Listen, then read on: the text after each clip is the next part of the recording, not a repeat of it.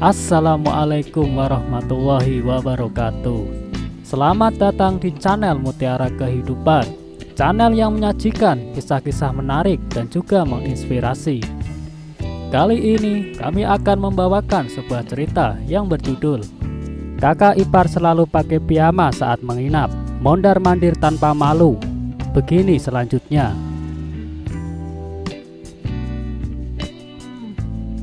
Ini adalah kisah perjalanan hidup rumah tangga sepasang pasutri. Sang istri mempunyai persepsi sendiri dalam menjalani kehidupan di rumah tangga. Dia pun harus berhadapan dengan iparnya. Bagaimana jalur ceritanya? Ikuti curhatannya.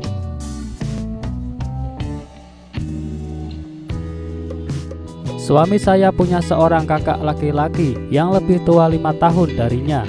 Ayah dan ibu mertua telah lama meninggal, dan katanya kakak laki-laki tertua bagaikan sosok ayah dan kakak ipar perempuan seperti ibu.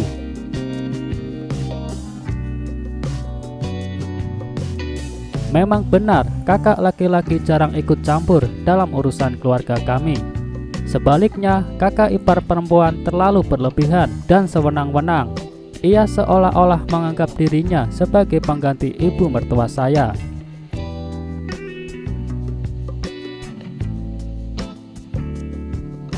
Saat menikah, dia datang bertemu dengan orang tua saya. Baru ketemu, dia langsung bilang tidak perlu siapkan mahar segala. Kamu kan tahu seperti apa keluarga kami.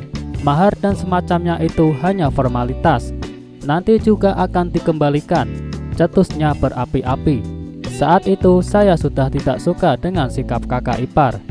Orang tuaku pun dibuatnya serba salah dan canggung dengan kata-katanya ketika itu. Tak lama kemudian kami pun menikah.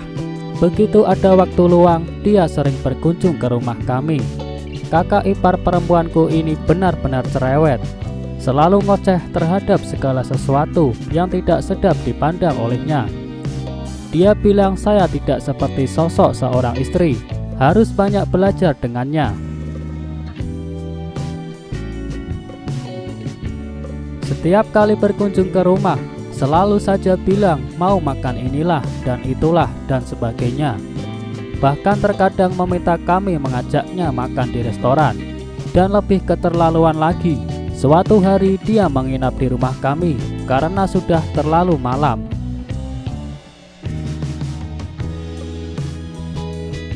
Karena tidak membawa pakaian, dia pun langsung memakai piyama saya tanpa permisi dulu. Dan tanpa rasa malu sedikit pun mondar-mandir di ruang tamu dengan piyama yang nyaris vulgar di badannya.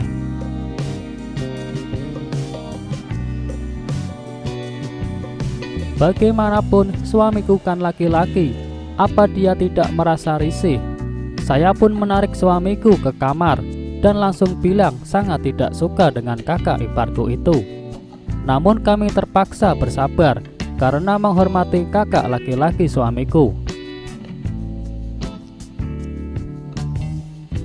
Di lingkungan tempat tinggal kami banyak gedung sekolah. Suatu hari saat pulang kerja, saya melihat kakak ipar dan seorang anak usia puluhan tahun sedang duduk santai di ruang tamu sambil menikmati makanan. Tanpa bicarakan dulu dengan saya, langsung mengajak orang ke rumah.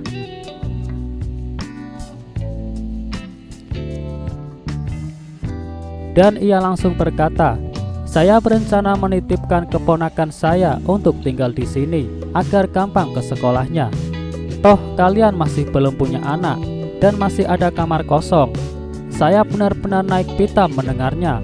Jelas-jelas bisa tinggal di asrama sekolah, tapi dianya yang tidak mau dengan alasan kondisinya tidak bagus.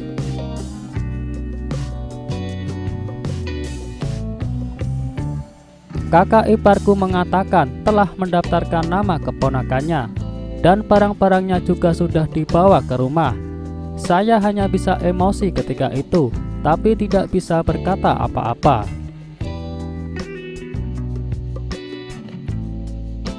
Tanpa terasa setengah tahun lamanya dia menetap di rumahku. Saat libur sekolah, keponakannya pun pulang ke rumahnya. Kalau tidak, dia akan selalu berkunjung ke rumah setiap hari. tidak sungkan sedikit pun, membuatnya seolah-olah dialah juragan yang sebenarnya.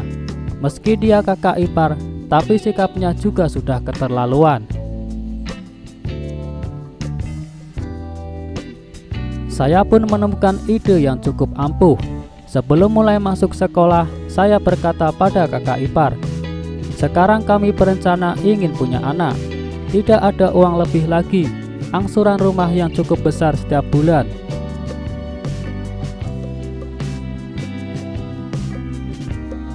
Jika keponakanmu mau tinggal di rumah kami, berilah kami biaya kos dan biaya hidup setiap bulan." Kakak iparku nyaris melompat kaget mendengar permintaanku. Bisa saya bayangkan emosinya dia saat itu.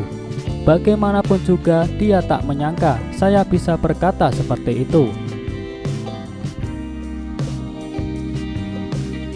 Kemudian dia pun menyuruh keponakannya tinggal di asrama, dan saya pun mengganti semua kunci rumah. Dengan begitu, dia pun jarang datang ke rumah lagi dan tidak berani lagi ngoceh semaunya.